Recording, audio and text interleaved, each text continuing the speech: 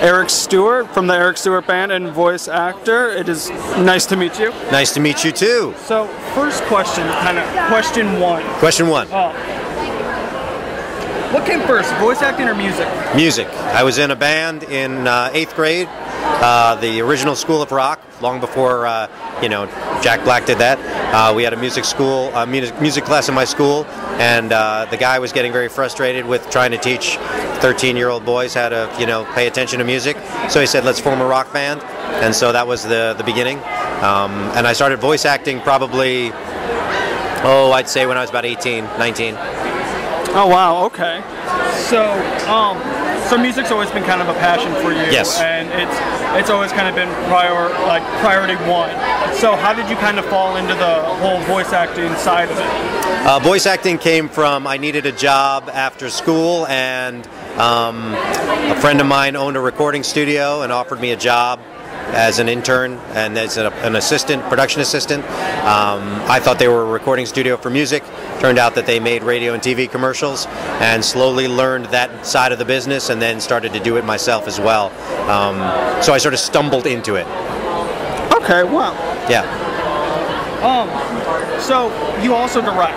Yes. You're also a director, so you do a lot of stuff. So what do you kind of like doing more? Do you like the music, voice acting, directing? What do you kind of prefer on a day-to-day basis? Singer-songwriter is who I am. My voice acting and directing, those have been my jobs. I love doing them, but those are my jobs. Being a musician is in my soul. Directing is a lot of fun because I get to sort of bake the cake. I get to take all the ingredients of all of the things that I'm working on, different actors, different characters, and form that finished product. As an actor, I basically do my own role, and I have no control over the rest of the scene. Sometimes I don't even know what's going on in the rest of the show.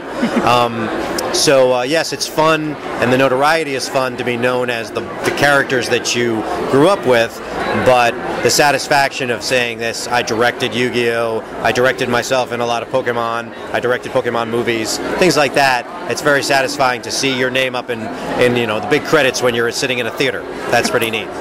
Awesome, awesome. So has voice acting, or even just music in general, influence do they influence one another? Like, will you sing one day and then that kind of influences how you perform for a voice role, or kind of vice versa? No, they're totally different animals. The only time I combine the two are at anime conventions, where I have it so that I play a musical concert as part of the event, so that my anime fans can also discover the other thing that I do. Sometimes I've done songs for the shows. I've done songs for Yu-Gi-Oh! I've done songs for Pokemon, but most of the time I keep the two careers separate.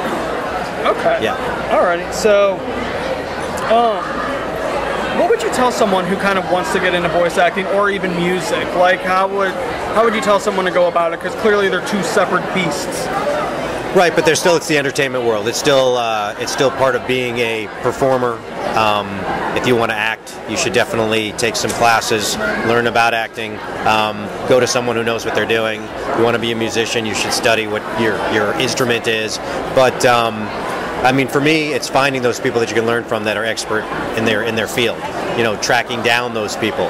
I learned from a great director. I learned from great voice actors, working with them, digesting it like a sponge. But I think the main thing is you can't just have one genre if you're going to be an entertainer. I do audiobooks. I do narrations. I do cartoons, commercials, anything that involves the voice. So when people say, I want to be an animation voice actor, that's a small percentage of what I do. You sort of have to do a shotgun approach to it in order to be able to keep working, because some days you're busy as a voice actor, some days you're busy as a musician. You have to balance it out. Okay, so if I may ask, yeah, who did you really kind of get influenced by in the music when you started first kind of making a band and when you really liked music? Who influenced that? Like, who did you like and kind of want to be like? My heroes are in this order. Buddy Holly was my first hero, Cat Stevens, and then Bruce Springsteen. I'm a huge Springsteen fan. Oh wow.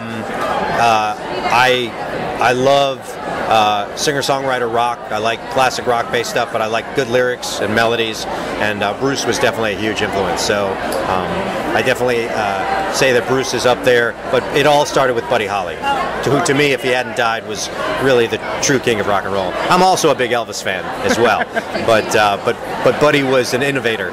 He was doing things that a lot of people weren't doing yet, even in recording tricks and things like that. But great songwriter. Okay, awesome. So we are down to kind of the last question. Right. Is there anything big coming up for the Eric Stuart Band? We're about to release our 7th album. It's an EP. It's a 5-song EP that comes out next week. It's called Character, and I actually hired an anime fan to draw the cover.